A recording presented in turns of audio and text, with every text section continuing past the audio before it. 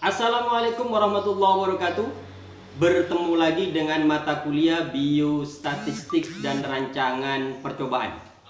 Nah, untuk pertemuan awal ini kita perlu mengingat kembali konsep-konsep penelitian dan konsep statistik pada mata kuliah waktu zaman S1, mata kuliah metode penelitian dan mata kuliah statistik.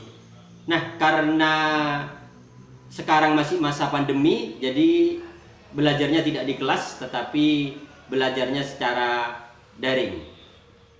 Untuk pertemuan awal ini kita akan mengingat kembali terkait dengan konsep penelitian eksperimental dan non eksperimental. Nah, penelitian eksperimen itu cirinya adalah kita memanipulasi variabel bebas. Jadi memberikan sebuah perlakuan. Nah, kalau penelitian non eksperimen, kita tidak memberikan manipulasi, kita tidak memberikan perlakuan. Contoh, penelitian eksperimen. Apakah ada pengaruh pemberian ekstrak daun kelor pada penurunan kadar gula darah mencit? Nah, kita memberikan perlakuan. Ya, kita memberikan perlakuan kepada mencit diberi ekstrak daun kelor. Nah, kalau penelitian non eksperimen, contohnya, ada enggak pengaruh tempat terhadap kandungan vitamin C pada apel? Umpamanya apel mana lagi? Kita ingin membedakan apel mana lagi dari tumpang, apel mana lagi batu, apel mana lagi pujon. Apakah ada perbedaan kandungan vitamin C-nya? Nah, kita tidak memberikan perlakuan. Ya, jadi ini bedanya penelitian eksperimen dan non eksperimen. Jadi penelitian eksperimental, ya, variabel bebas dimanipulasi atau kita memberikan perlakuan. Kemudian tujuannya adalah untuk mengungkapkan akibat pada variabel terikat, akibat pengaruh kinerja variabel bebas. Jadi variabel bebas itu adalah sebagai faktor atau variabel prediktor.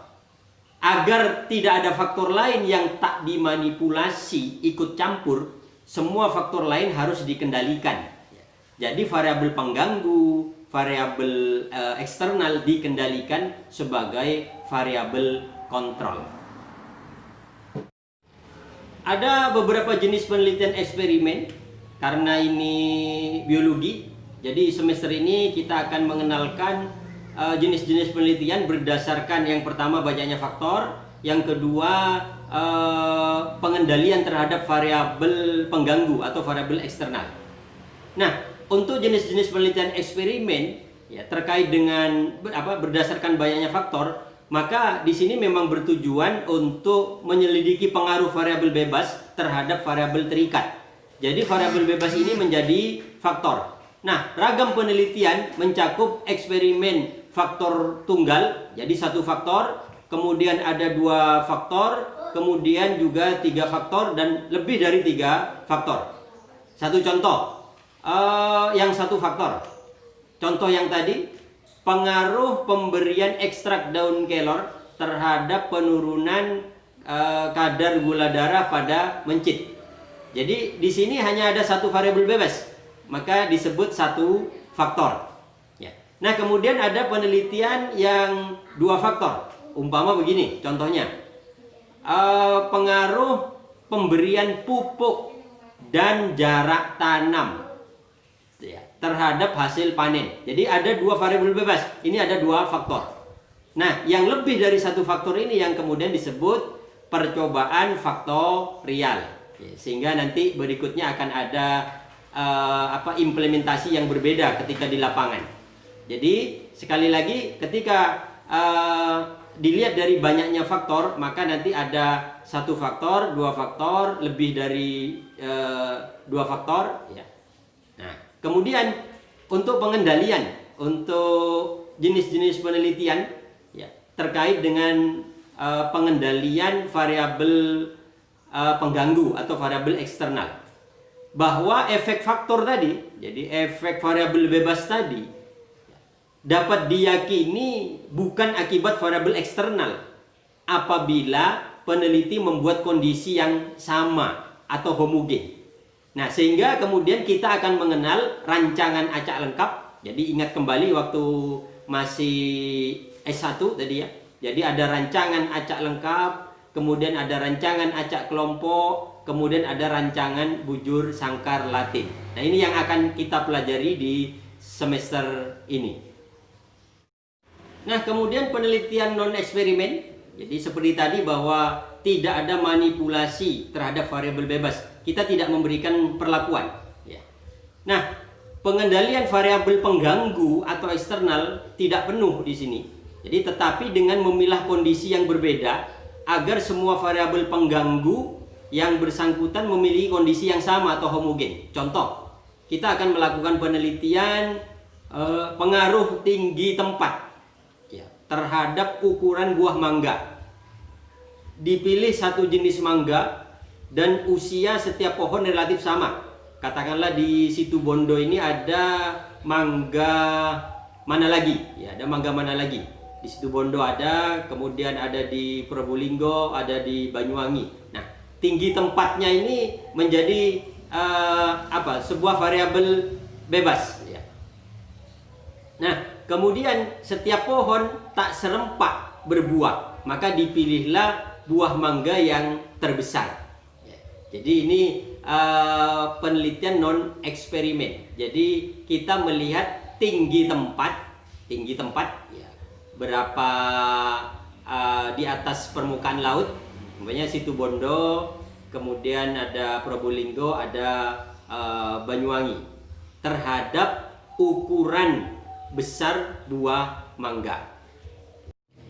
Untuk jenis-jenis penelitian non-eksperimen, jika dilihat dari cara menelitinya, maka ada penelitian observasi, yaitu untuk memotret keadaan variabel terikat akibat variabel bebas.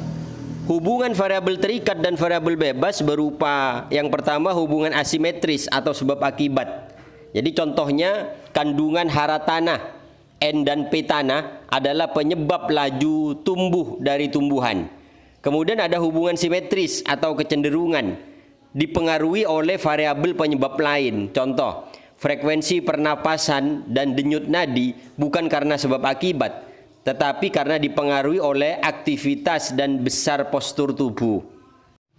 Kemudian juga ada penelitian ex post facto, yaitu jika faktanya diduga telah berubah akibat adanya peristiwa, berupa perubahan atau perbedaan kondisi yang tak disengaja, atau faktor perlakuan atau intervensi yang tak sengaja dimanipulasi. Untuk penelitian ex post facto ada retrospective studies, yaitu meneliti suatu penyebab sehingga terjadi fakta sekarang. Objek penelitian dibedakan berdasarkan variabel terikatnya jika diteliti dengan case control dan case reference.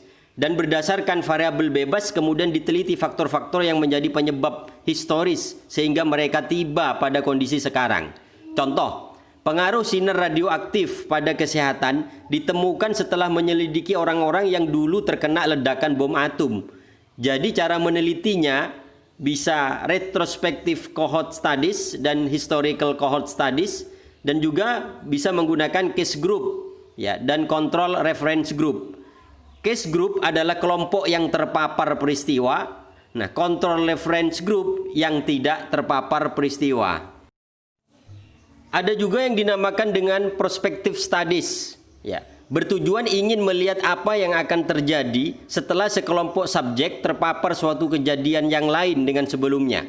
Subjek penelitian ditetapkan sejak penelitian dilakukan dan dibedakan berdasarkan variabel bebasnya. Setelah sekian tahun, dilihat keadaan pada variabel terikatnya. Studi ini bukan untuk mengetahui dampak lanjut kelompok yang terekspos dan yang tidak.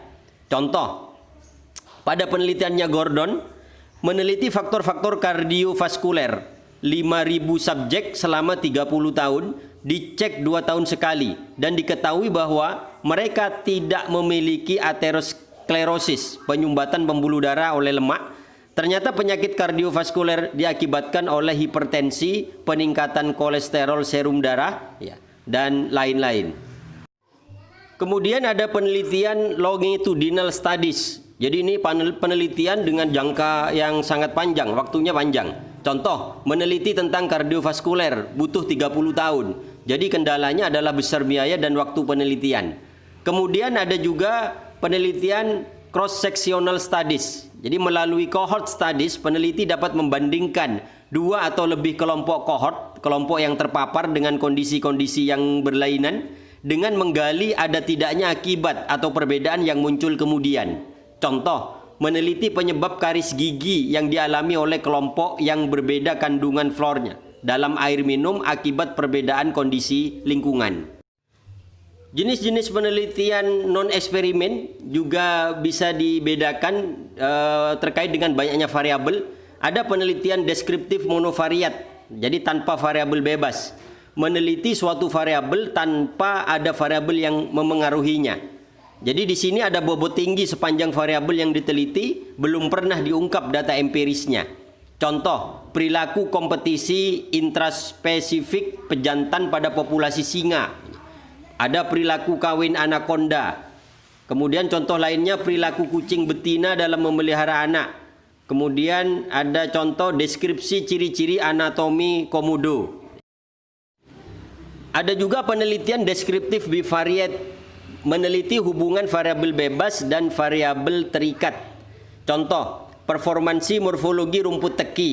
Ini sebagai variabel terikat di bawah tegakan atau naungan akasia dan tempat terbuka. Kategori pertama adalah tanpa dinaungi. Kategori kedua dinaungi akasia. Nah, rasional hubungannya adalah rumput sebagai tumbuhan bawah tergantung kepada laju metabolisme. Salah satu proses metabolisme adalah fotosintesis yang tergantung kepada kekayaan klorofil yang tergantung kepada intensitas cahaya. Jadi tinggi rendah intensitas cahaya juga mempengaruhi kinerja hormon auksin. Jadi mempengaruhi tinggi tumbuhan. Contoh lagi, performansi morfologi rumput teki, variabel terikat ini di bawah tegakan atau naungan akasia dan eukaliptus. Rasionalnya adalah beda kerapatan tajuk pohon yang mempengaruhi intensitas cahaya kepada rumput. Jadi berdasarkan tujuannya, yang pertama untuk meneliti perbedaan respon variabel terikat akibat pengaruh variabel bebas. Yang kedua, untuk meneliti pola hubungan atau respon antara variabel terikat dan variabel bebas. Kemudian ada penelitian deskriptif multivariate. Ya, jadi ada yang pertama banyak variabel bebas dan satu variabel terikat. Dalam bidang ekologi dapat meneliti bagaimana pengaruh banyak faktor lingkungan eksternal terhadap performansi suatu populasi. Misalnya dari segi produktivitas. Contoh, meneliti faktor-faktor eksternal yang terkait dengan faktor-faktor yang terkait dengan sifat kimia tanah, pH tanah, kandungan N, P, K, dan organik yang tersedia di tanah, dan sifat fisika tanah, kelembapan, tekstur, suhu, porositas, ya, dan lain-lain. Kemudian bisa juga satu variabel bebas dan banyak variabel terikat. Contoh, ukuran daun dapat dibedakan jadi panjang tangkai, keliling tangkai, panjang dan lebar helai daun. Nah, ini diselidiki akibat ya dari pengaruh suatu variabel bebas. Umpamanya variabel bebasnya perbedaan jenis tanah. Jadi ada satu variabel bebas dan ada banyak variabel terikat. Kemudian bisa juga banyak variabel bebas dan banyak variabel terikat. Jadi dengan kita memahami berbagai model penelitian, apakah penelitian eksperimen ataupun non-eksperimen, maka kita akan bisa secara tepat menentukan statistiknya, jadi menentukan bagaimana analisis data dilakukan sehingga hasilnya menjadi tepat. Nah, ketika kita juga memahami apakah kita akan menguji beda atau ingin menguji hubungan atau ingin menguji pengaruh, ya, maka kita juga akan dapat secara tepat menggunakan statistik yang tepat untuk analisis data. Oke, saya kira itu. Terima kasih. Wassalamualaikum warahmatullahi wabarakatuh.